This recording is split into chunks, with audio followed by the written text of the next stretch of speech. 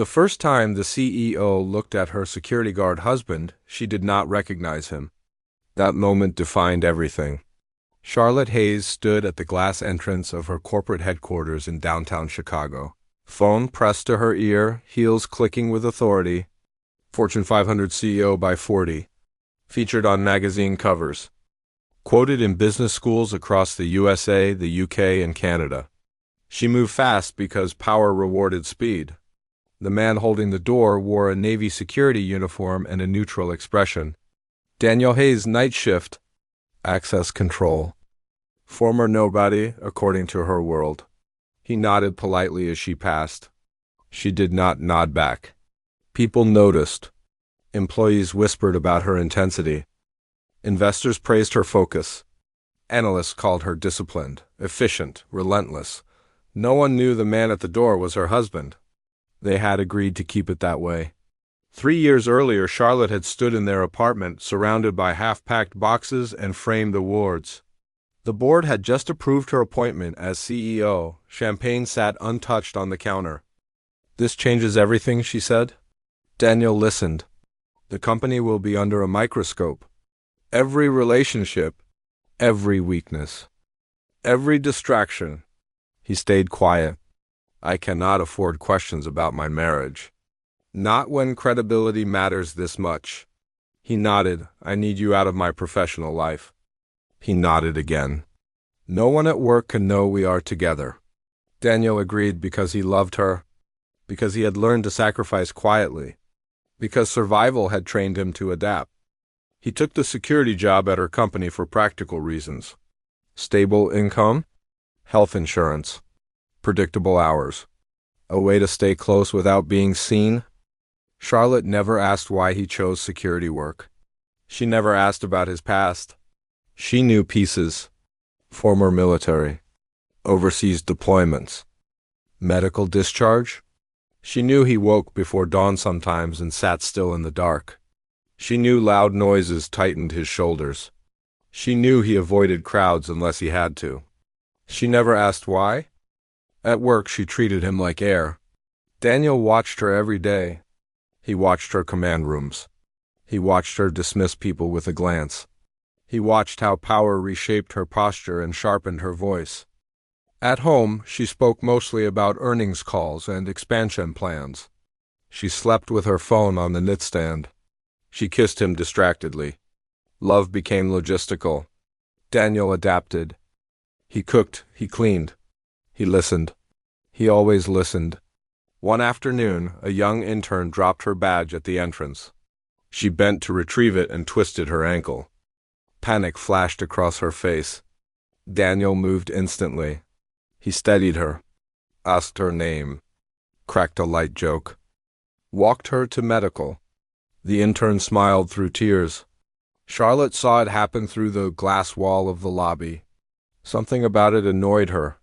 Later that day, she summoned the head of security. "Remind your team about professional boundaries," she said. "We are not a support group." The message reached Daniel before his shift ended. He nodded, sighed, understood. That night at home, Charlotte talked about perception, about discipline, about how leaders must never blur lines. Daniel listened. He always did. The distance between them grew slowly, then all at once. The email arrived on a Wednesday. Internal security alert. Former contractor terminated 6 months earlier. Aggressive behavior noted. Recent threatening messages dismissed by legal as nonspecific. Daniel read the memo twice. His chest tightened. The tone felt wrong. He recognized patterns most people missed.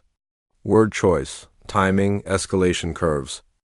Experience had carved those instincts into him. He requested temporary increased coverage on the executive floor.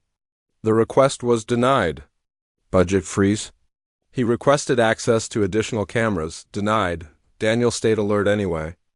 On Friday night, a storm rolled in. Wind lashed the city. Rain blurred the skyline. Most employees left early. Charlotte stayed. She always stayed. Daniel monitored the feeds from his desk. At 9:47 p.m., a service elevator stopped on floor 16. That floor was restricted. His pulse spiked. He zoomed in. A man in a hood, a slight limp, a backpack held close to the body. Daniel stood. Protocol said call it in. Lock down, wait for response. Daniel did not wait. He moved fast but quiet. Years of muscle memory guided him. He reached the executive corridor just as Charlotte stepped out of her office, phone to her ear, attention divided. Daniel shouted her name. Charlotte froze.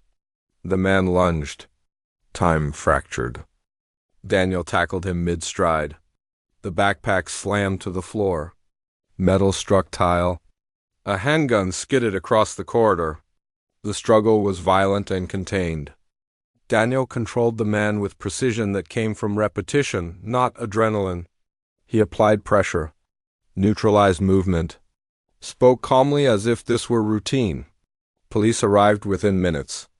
Charlotte stood pressed against the wall, shaking. She stared at Daniel. Her voice broke. "Who are you?" He said nothing. News spread before dawn. Security guard thwarts armed attack on CEO. Hero hailed. Footage replayed across networks in the USA, the UK, and Canada. Charlotte watched every clip. She did not recognize the man beside her. At home that night, silence filled the apartment. Finally, she spoke. "You never told me?" Daniel looked at the floor. "You never asked." She waited. He inhaled slowly. "Before this job, before this city, I was special operations. 12 years. Classified missions. Places erased from maps. Decisions that stay with you." Her hands trembled. "Why leave?" "Because I got tired of being valued only for violence." She sat down, covered her face. "I treated you like you were invisible." Daniel knelt in front of her. "You treated me like you thought you had to survive." I understood. Tears came hard then. The board demanded explanations. Why did a basic security guard possess advanced combat skills? Why was he positioned so close? Why were protocols bypassed? Charlotte stood before them without notes. "Because I underestimated the people closest to me," she said. "Because I confused titles with worth." She told them everything. The marriage. The secrecy. The separation between power and humanity. Silence followed. Then one board member spoke. "We built this company on innovation, not arrogance." The company shifted after that. New leadership training, mental health programs, veteran hiring initiatives, real ones, funded ones. Charlotte walked the floors now. She learned names. She listened. Daniel declined promotions. He declined consulting offers. He wanted quiet. On his last day, Charlotte walked him to the door. This time she held it open. "Thank you," she said. "As a wife, as a human." Daniel smiled. "People are more than their titles." "Including you?" They stepped into the rain together, seen, chosen, whole.